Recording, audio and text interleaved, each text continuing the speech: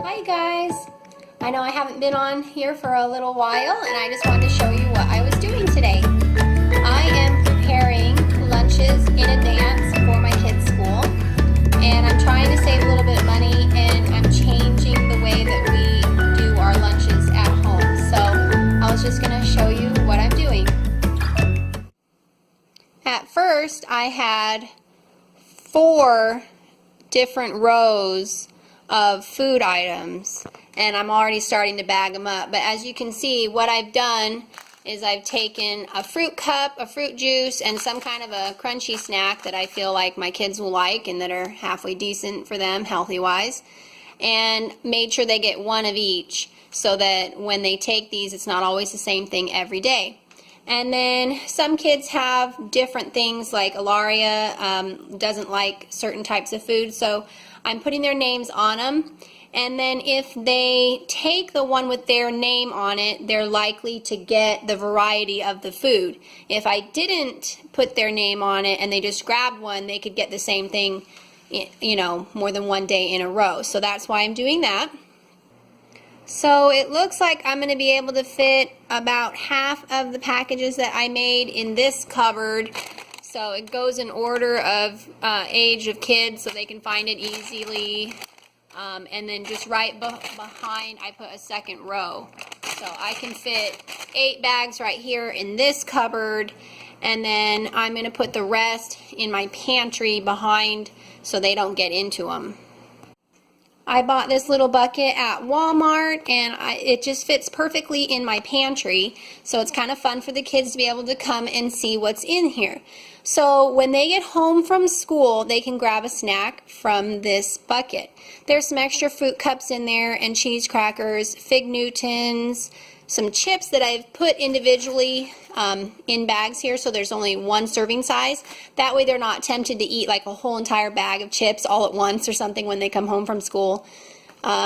Just the leftover crunchies and a couple extra juices. Now this, for my 4 children, will probably last maybe 3 weeks or so with everything that I'm getting prepared here.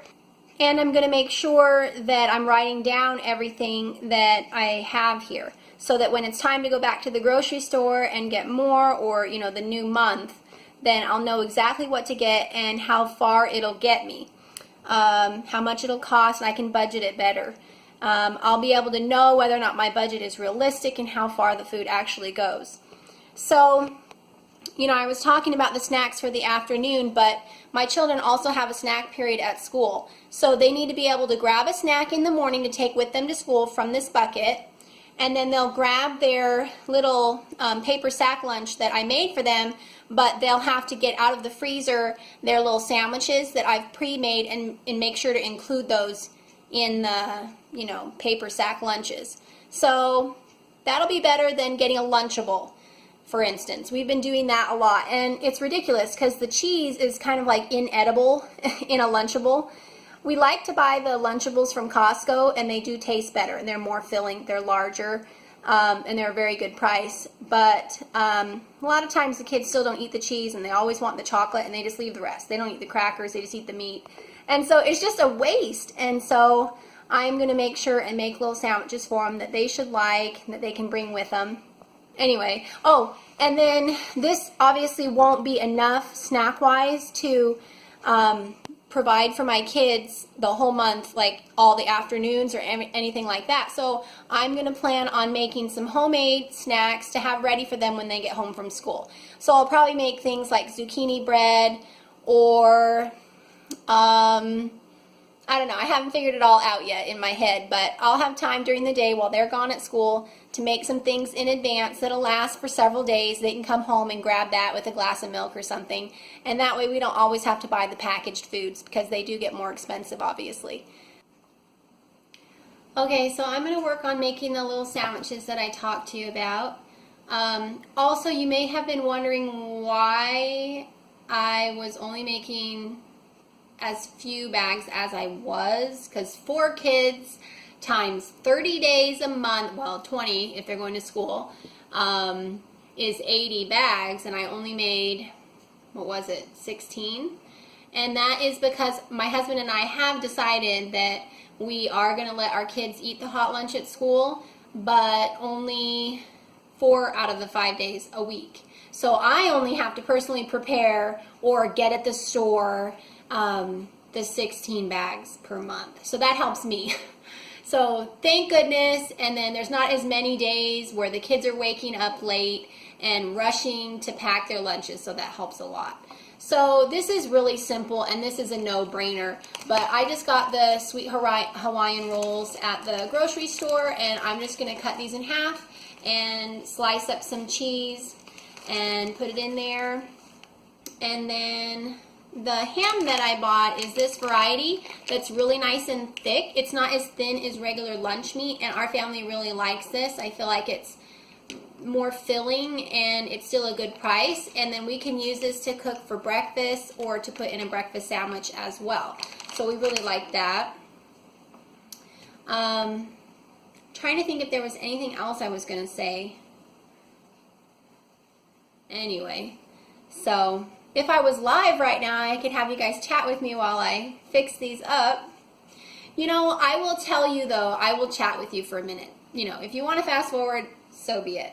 But I will chat with you for a minute. You know, I made the duct tape challenge video with my kids several weeks back, and it turned out great. I got a lot of views on it, and everything went really good. And then, I haven't told you guys this yet, but I got a message from YouTube saying that it had some sort of inappropriate content in it.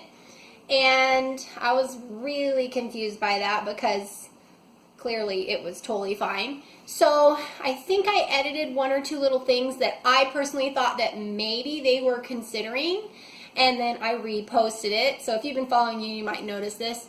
And that one was on there. The other one, the first one, the original, got deleted by YouTube. I went ahead and just let them delete it, and I didn't fight it or anything like that. And then lo and behold, my friend who's a YouTuber, Lily, her and I sang together, remember? She had a similar situation that happened to her on her channel. And she was really concerned because she was like, dude, I didn't do anything. What's going on? So I was looking at her video that day that she was talking about, and I just happened to have the closed captions on while I was watching her videos because I was using it for something else. So they were still on while I was watching her video, and there were bad words that came up in the closed captions, like the automated ones. So the system, the YouTube system, automatically finds these things, but they're errors. And then they tell you, oh, there's something wrong with your video, and lo and behold, there's nothing wrong with your videos, and it's just an error. So what I did was I went ahead and I personalized the captioning and made some adjustments so that it wouldn't have those bad words in it and stuff, and reposted it, and I've not had another problem since.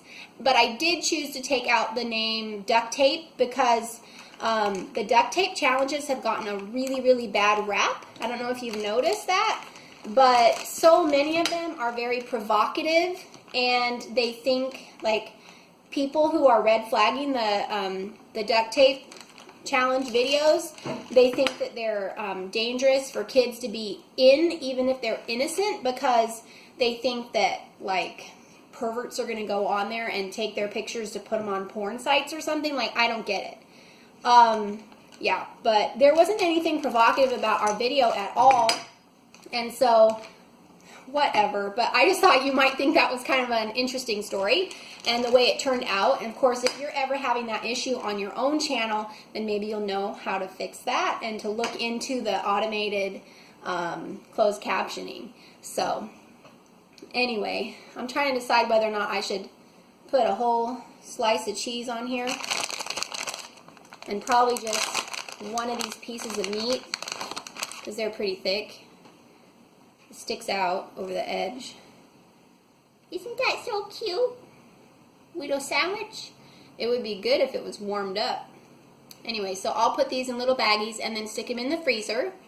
And then my kids will have to remember to grab those before they're out the door, or I'll just probably stick them in there myself at night, like while they're not looking, because, right, I get so tired of my kids fighting over what they want in their lunch, or taking so long to make their own lunch to the point that an hour later they've not even started and they get distracted so easily and stuff like this. So, you know what? They've lost their privilege to make their own lunch. That's just what it's come down to. And I don't want to deal with it very much anymore, so I'm reducing it to where they only get to take one a week, and they get what they get. So, you know, I hope it works out. I'm pretty hopeful. It'll be fine. Anyway.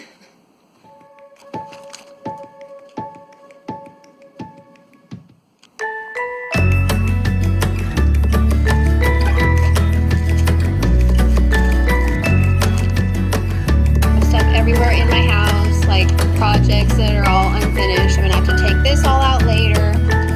Anyway, I was gonna show you my deep freezer because for some reason it only has one little basket here, and inside this grocery sack for now, and right down here inside my freezer, my deep freezer. So I just thought, well, duh, that seems like an easy way to make sure that the kids can grab what they need and, you know, keep me until I get my new fridge and freezer. So thanks for watching my video today, and if you have any suggestions for me, please comment, subscribe if you haven't already, and thank you so much for watching.